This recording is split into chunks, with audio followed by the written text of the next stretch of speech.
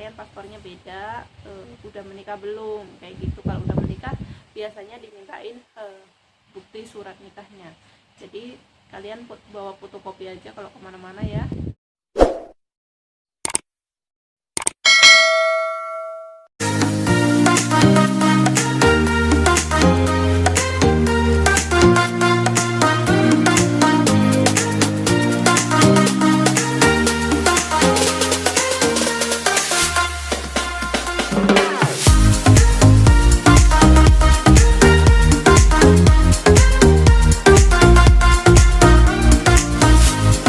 Warahmatullahi wabarakatuh. Jumpa lagi dengan channel Osin Fabila ya. Buat kalian yang baru hadir pertama kali di video ini, terima kasih. Jangan lupa klik like, komen, dan subscribe ya, dan aktifkan notifikasinya biar di kesempatan kali ini saya mau Q&A ya. Jadi pertanyaan dan jawaban. Mungkin di sini saya akan menjawab 10 pertanyaan aja, apa 11 ya, biar nggak terlalu panjang videonya. Dan ini kayaknya mau hujan ya, takutnya nanti kalau hujan nggak kedengaran suaranya, jadi langsung aja ya. Untuk pertanyaan yang pertama, ini seputar menikah dengan Pakistan ya. Nah, di sini ada pertanyaan, apakah menikah dengan Pakistan perempuannya pakai jahes ya? Nah, di sini kalau kita menikah dengan pria Pakistan, kalau kita bukan orang Pakistan, jadi kita nggak perlu pakai jahes ya. Yang pakai itu jika wanitanya itu wanita Pakistan, jadi perlu bawa. Kalau kita nggak perlu ya. Jadi itu tadi pertanyaan yang nomor 1 ya. Untuk yang pertanyaan yang kedua, yaitu apakah menikah dengan Pakistan selalu joint family? Nah, di video yang lalu saya sudah pernah sharing ya, apakah menikah dengan Pakistan itu joint family. Saya jawab, ya, nggak semuanya, tapi ya ada beberapa yang kebanyakan joint family, tapi ada juga yang nggak joint family. Jadi kalian jika punya pasangan atau mau menikah, sebaiknya kalian tanyakan dulu, karena emang di sana sebagian emang nggak bisa lepas dari joint family ya. Sebagian kadang-kadang emang, apalagi kalau anaknya cuma satu, mau nggak mau kan kita harus gabung sama mertua kayak gitu.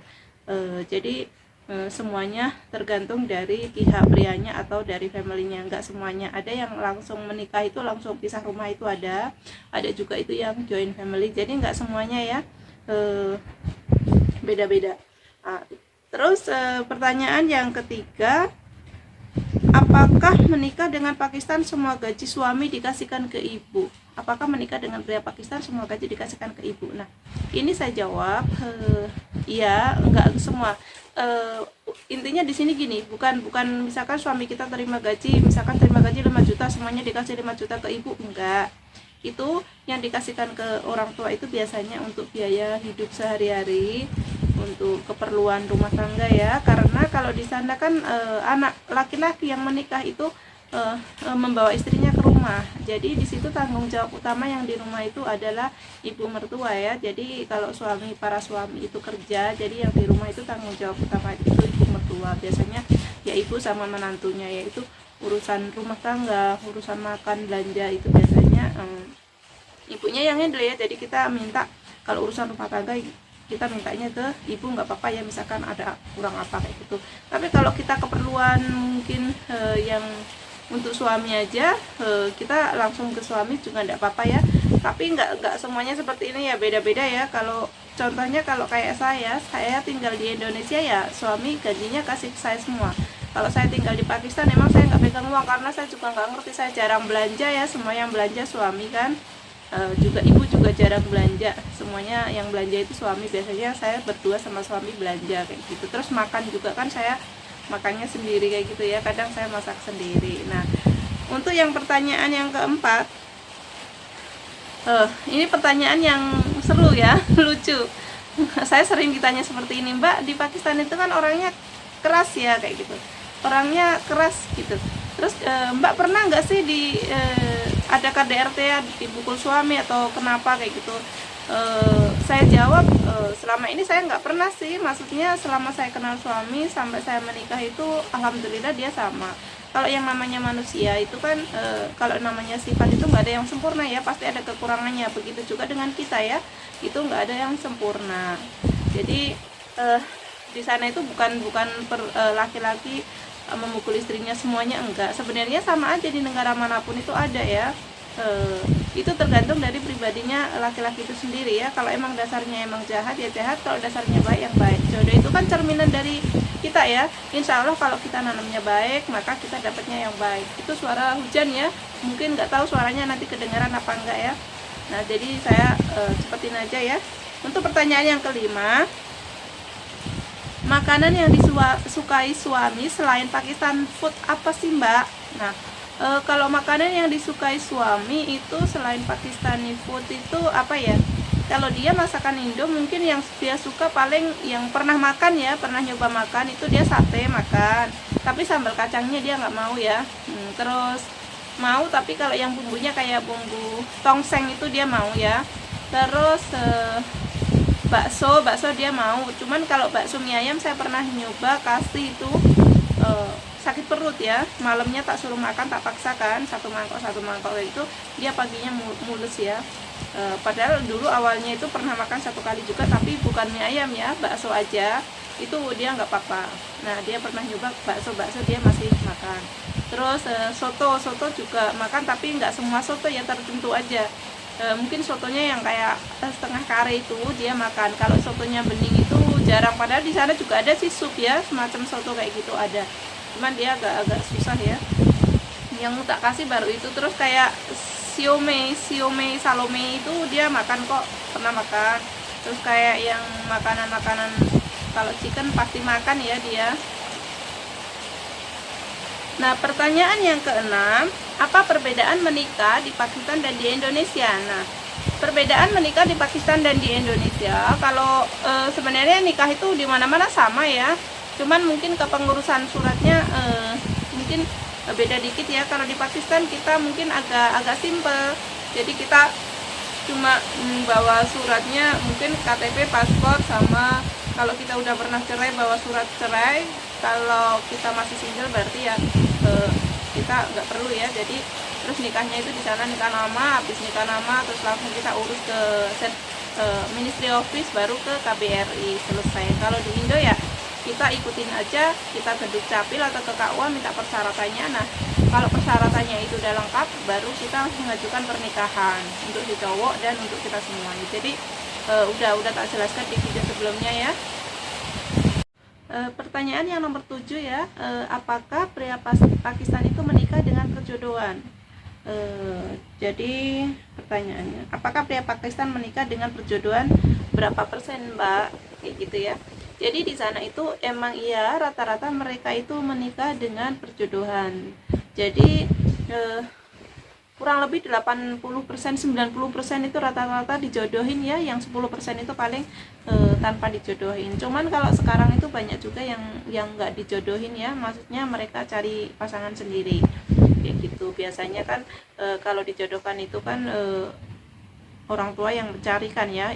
Jadi si cowok ini udah pasrah ke orang tua, jadi si ibu itu udah mencarikan. Jadi kebanyakan cowok di sana itu banyak yang lebih suka dicarikan orang tuanya, karena menurut mereka pilihan orang tuanya itu lebih baik daripada mencari sendiri seperti itu. Saya pernah membahas di video sebelumnya ya, kalian bisa cek. Jadi di sana emang rata-rata mayoritas perjodohan, tapi nggak semuanya, ada juga yang enggak. Jadi kalau kalian punya pasangan yang pria Pakistan, jadi kalian harus tahu dia itu dijodohin atau enggak ya, biar kalian nggak terlanjur baper ternyata dia menikah dengan perempuan lain seperti itu. Nah untuk pertanyaan yang ke-8 yaitu bagaimana di Pakistan, apakah wanita setelah menikah tidak boleh keluar rumah? Nah wanita di Pakistan setelah menikah apakah boleh keluar rumah atau enggak kayak gitu. Di sana pengalaman saya sendiri sih, saya nggak boleh keluar rumah. Saya boleh keluar rumah tapi harus dengan suami atau dengan family. Misalkan kalau kita punya sister ya mungkin kita keluar dengan sister atau dengan bibi atau dengan ibu mertua ya, atau dengan suami. Kalau kita keluar sendiri, apalagi kita masih baru di Pakistan, itu nggak bakalan boleh, dijamin 100% itu nggak bakalan boleh ya. Terkecuali kita udah lama di Pakistan, kita udah tahu keadaannya di sana gimana, terus kita udah tahu semuanya, mungkin ada beberapa suami yang mengizinkan kita belanja sendiri kayak gitu. Tapi mungkin kalau cuma di area rumah ya, kalau misalkan rumahnya di perkotaan terus itu deket kayak gitu mungkin nggak masalah. Tapi kalau rumahnya jauh itu paling nggak boleh. Kalau saya pribadi saya buang sampah aja nggak boleh emang sama suami. Kalau ibu itu boleh, kenapa ibu boleh? Nggak apa-apa kan, ibu udah tua katanya dia. Terus sebenarnya intinya bukan itu sih, cuman di sana suami menjaga istri kayak gitu ya. Jadi nggak diizinkan istri itu ketemu yang bukan muhrimnya seperti itu. Jadi kalau kita keluar ya harus kita sama suami seperti itu. Dan menurut saya sih ya nggak apa-apa, karena saya juga udah biasa di rumah ya. Selagi suami itu baik sama kita, tanggung jawab, itu nggak masalah ya.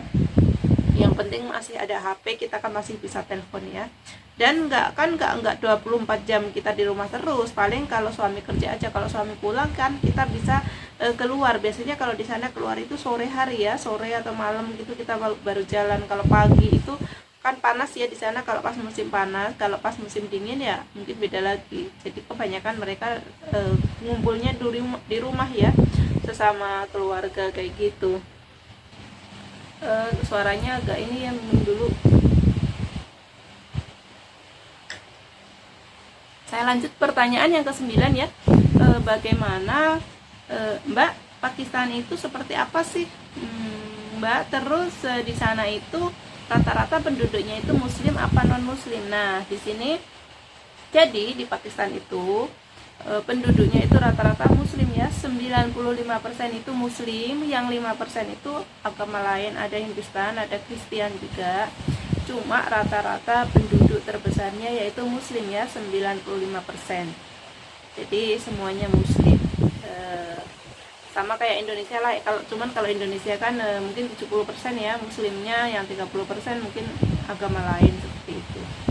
Jadi di sana rata-rata muslim ya. Nah, untuk pertanyaan yang ke-10 yaitu suratnya apa aja Mbak yang diurus di Pakistan kalau kita menikah di Pakistan, dan supaya kita dapat surat legalitas kita menikah di luar negeri, surat sah juga di Indonesia kayak gitu. Nah, ini udah saya bikin videonya ya, syarat menikah di Pakistan dan syarat menikah di Indonesia ya. Itu udah ada, kalian bisa cek videonya. Cuman ini saya kasih penjelasan sedikit juga. Nah, jadi kalau kalian menikah di Pakistan ya kalian tinggal bawa suratnya lengkap. Kalau kalian sudah dapat surat nikah yang urdu itu, kalian tinggal lanjut ke Ministry Office. Di Ministry Office itu persyaratannya ya data-data kita lengkap ya, sama suami pakai KTP, paspor, udah itu aja, sama foto, terus sama surat-surat kita, mungkin paspor juga, KTP kayak gitu ya. Akte kelahiran kayaknya enggak perlu ya. Udah itu aja. Nanti dari Ministry Office itu kita dapat sertifikat, surat sertifikat marriage sertifikat ya. Nanti baru kita lanjut ke KBRI. Nah, dari KBRI kita dapat surat menikah luar negeri. Nah, yang dari KBRI ini tuh kita udah resmi ya, kita udah resmi nikah dua negara. Jadi kalau kita ke Indonesia kita udah ada surat dari KBRI itu sudah aman ya, kita udah resmi. Ya emang beda ya, kita kalau di sana kita nggak dapat surat nikah yang kalau di sini kan kayak paspor kecil itu ya. Kalau di sana enggak, di sana cuma selebaran surat nikahnya itu kita dapat dua, yang satu dari KBRI, terus yang satu lagi dari Ministry Office ya, yang sertifikat marriage. Jadi kalau kita jalan-jalan ke luar negeri biasanya yang diminta itu yang dari Ministry Office itu yang marriage sertifikat, karena di situ ada bahasa Inggris sama bahasa Urdu. Kalau yang untuk KBRI itu biasanya khusus untuk Indonesia ya. Jadi kalau kita misalkan traveling sama suami ke beda negara, biasanya kan kalau kita suami istri paspor kita beda kan, suami istri Pakistan sama Indonesia, pasti di hotel itu dimintain data kalian paspornya beda, udah menikah belum kayak gitu. Kalau udah menikah biasanya dimintain bukti surat nikahnya. Jadi kalian bawa fotokopi aja kalau kemana-mana ya, maksudnya yang asli disimpan gitu biar gak hilang. Jadi bawa yang fotokopi, atau kalau perlu di scan ya di HP itu. Kita kalau perlu semua surat-surat penting itu kalau bisa di HP kita itu ada. Jadi kalau misalkan kita pergi-pergi, paling tidak kalau kita nggak bawa yang aslinya, maksudnya kita nggak bawa, paling tidak di HP itu ada. Jadi kita bisa menunjukkan oh ini buktinya kayak gitu. Misalkan kalau di HP ada kan kita juga bisa langsung print ya, di print ke tukang ngeprint itu kan. Jadi makanya tenang. Jadi saran saya kalau kemana-mana jangan lupa di HP surat-surat penting kita itu ada ya, kayak KTP, kayak paspor kayak gitu ya. Emang kita bawa sih, cuman alangkah baiknya di HP itu ada, jadi kita biar nggak susah kayak gitu. Nah, jadi itu tadi 10 pertanyaan ya. Untuk pertanyaan berikutnya saya akan dijawab di part 2 ya. Jadi mungkin setiap video saya akan jawab 10 pertanyaan aja, apa 11 ya, karena kalau kelamaan nanti kalian bosen ya dengerin saya ngoceh mulu ya. Bosen lihat muka saya ya. Ini saya kayak mau flu gitu ya, nggak tahu ya kemarin gara-gara apa ya, tapi bukan corona ya. Mungkin karena nggak tahu ya, kurang tidur mungkin kali ya. Oke teman-teman, jadi itu tadi masukan dari saya ya, Q&A, pertanyaan dan jawaban. Buat kalian yang ingin menanyakan bisa DM di Instagram saya Ausin Fabila, atau di Messenger bisa juga langsung ke WhatsApp ya. Di deskripsi box ada nomor saya semuanya di situ. Jadi kalau kalian ingin menanyakan seputar pria Pakistan atau mau menikah gimana prosesnya atau yang lainnya, kalian bisa kirim chat di sana. Tapi maaf kadang-kadang kan banyak banget ya yang chat itu, nggak cuma satu orang ya dalam sehari, kadang-kadang emang nggak saya jawab semuanya, nggak sempat kayak gitu. Jadi saya jawab di sini biar semuanya paham kayak gitu. Oke teman-teman, cukup sekian. Bila ada kesalahan saya mohon maaf yang sebesar-besarnya. Sampai ketemu di next video. Wassalamualaikum warahmatullahi wabarakatuh. Jangan lupa subscribe, like, comment. Bye bye.